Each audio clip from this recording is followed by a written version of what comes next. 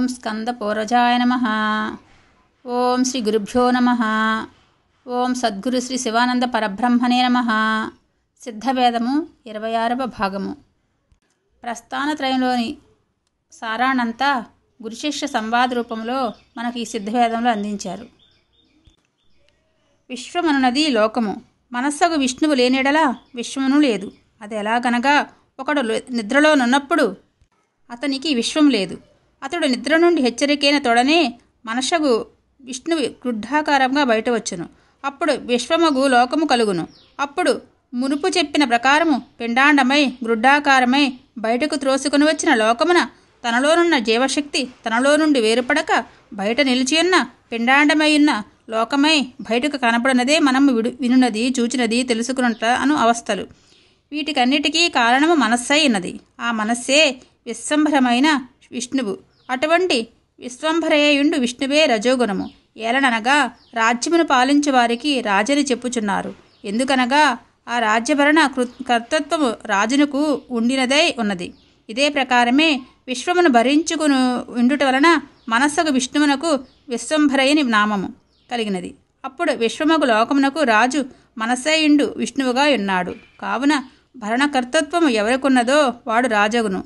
లేకున్నా విష్ణువనియు శివుడనియు సంకల్పించి వ్రాసిన చిత్రపటములను చూచినా వాటిలో విష్ణువనున్నది అనంతశయనుడై కిరీటధారి అయి మరియు హారములు, కంకణములు మొదలగు ఆభరణములు, పీతాంబరము మొదలగు పట్టు వస్త్రములు ధరించి సర్వాలంకార భూషితుడై లక్ష్మీ క్షమయను పత్నులతో పరిచారకులైన తుంబుర, నారద, వీణా నారద, గరుడ మొదలగు వారితో రజోగుణ మూర్తియే కనబడును. అదియును కాక కిరీటము రాజులకే ఉండునటువంటిది. కావుననే రజోగుణము విష్ణువై ఉన్నది.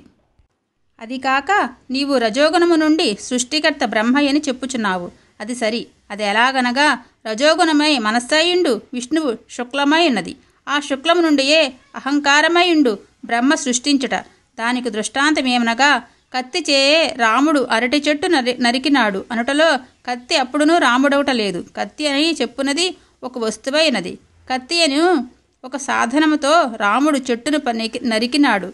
కత్తి, చెట్టు అయిన వస్తువులు లేనిడలా నరకుటకు ప్రవర్తన లేదు. ఆ ప్రకారమే రజోగుణమని చెప్పు విష్ణువు అను శుక్లము ఒక వస్తువు.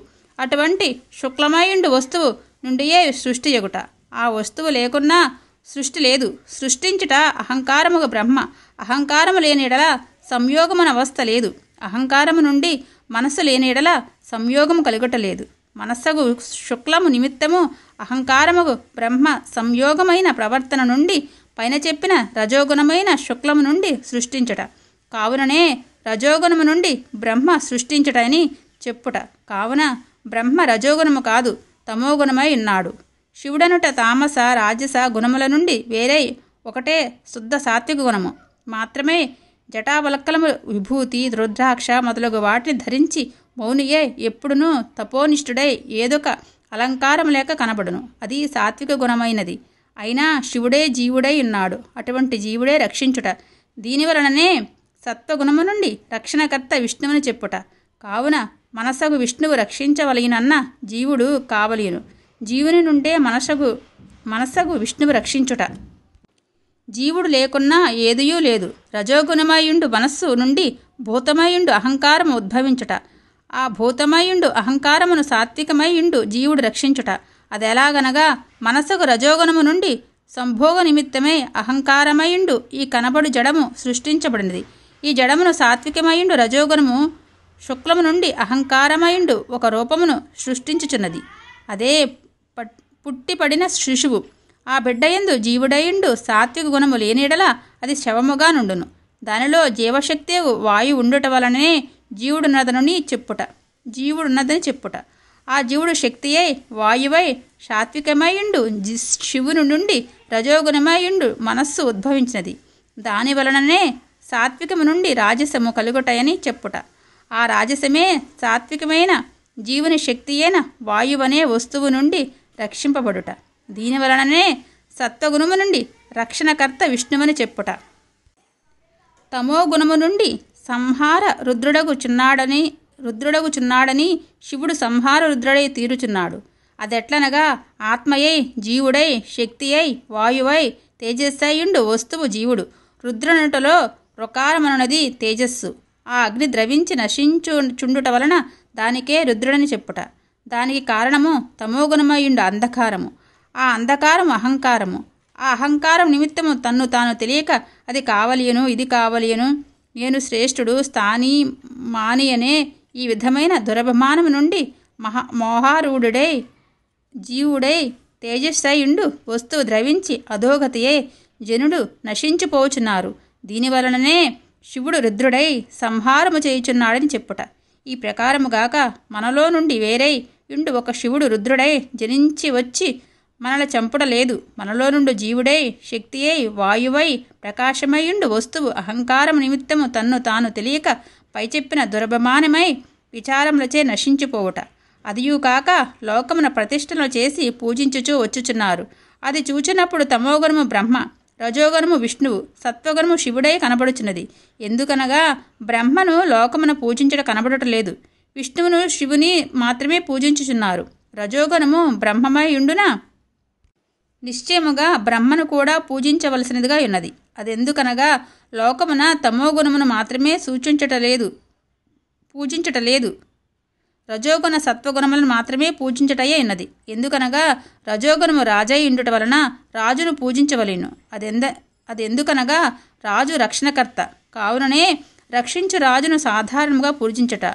అట్లుండు రాజును సాత్వికమును ప్రజలు పూజించుచున్నారు. సాత్వికము సన్యాసి అయి ఉన్నది. అదెందుకనగా అతడు రజ తమో గుణములను విడిచి శుద్ధ సాత్విక గుణములను మాత్రము అనుసరించి నడుచువాడై ఉన్నాడు. ఆ ప్రకారముండు సన్యాసిని లోకమున రాజు మొదలగు జనులందరూ పూజించుచూ వచ్చుచున్నారు. అప్పుడు లోకమున సాధారణముగా సాత్వికము రాజసము మాత్రమే పూజింపబడుచున్నవి. తమోగుణ వారై రాగద్వేషులై నడుచువారిని ఎవరునూ పూజించటలేదు. దీనిని అనుసరించయే లోకమున పూజాక్రమములు వెలియుచున్నవి. అదెలాగనా ఒక విష్ణు క్షేత్రమునందు విష్ణువని సంకల్పించి వచ్చిన బింబమును ఏ ప్రకారంగా పూజించుచున్నారు?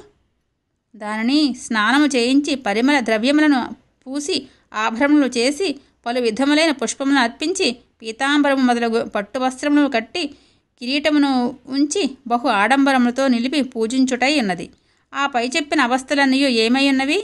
అలంకారమై ఉన్నవి. అలంకారమన్నది ఏ గుణమునకు? రజోగుణమునకు. అయినా విష్ణువును ఏ విధముగా పూజించట? శుద్ధ రజోగుణమై. కావున రజోగుణమనున్నది ఏది? విష్ణువు. శివక్షేత్రమున శివుని పూజించుట ఏ విధముగా? శివక్షేత్రమున శివుని పూజించుట ఏ విధముగా? శివలింగమునకు అభిషేకము ప్రధానమై ఉన్నది. కాశీ గోకర్ణము మొదలగు క్షేత్రములందు శివలింగములకు సదాకాలము అభిషేకము ముఖ్యమైనది. అది మాత్రము కాక గోకర్ణమున శివలింగముపై భాగమున యొక్క పడవను వ్రేలాడగట్టి దాని నిండుగా నీళ్లు నింపి ఆ నీళ్లు సదాకాలము శివలింగము పైన ధారగా పడుచునే ఉన్నది. అది కాక అనేక క్షేత్రములలో నుండి శివలింగముపై భాగమున సన్నని ద్వారము చేసి ఆ పాత్రమున జలము నింపుచున్నారు.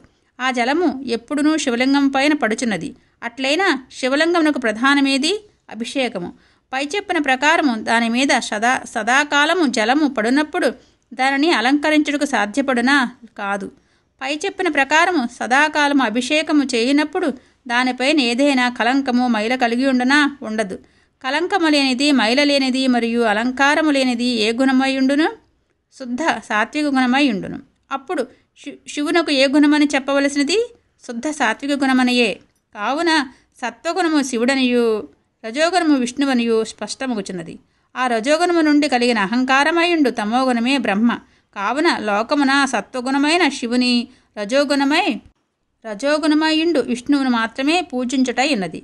తమోగుణమయుండు బ్రహ్మను పూజించట లేదు. పూజించుట లోకమున జనులకు ఇది ఏ గుణమని తెలియకయు దానిని ఆలోచించకయు తాము చెయ్యే ప్రవర్తనలు ఇటువంటివని తెలియకయు సత్వగుణము విష్ణువనియు తమోగుణము శివుడనియు రజోగుణము బ్రహ్మయ్యను చెప్పి ఏ వివరము లేక ఘోషించి నడుచుచున్నారు. అది తప్పైనది. కావున సాత్విక గుణమన్నది జీవుడు అనగా శివుడు. రజోగుణమన్నది సాత్విక గుణమైన జీవుని నుండి ఉద్భవించియుండు మనస్సు అనగా విష్ణువు.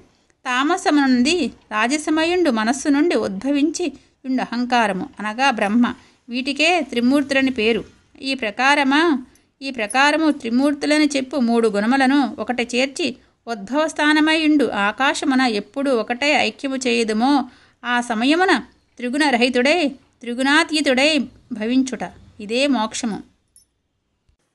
9వ అధ్యాయము సంపూర్ణం. ఓం శ్రీ గురుభ్యో నమః. సర్వం శ్రీకృష్ణార్పణమస్తు. ఓం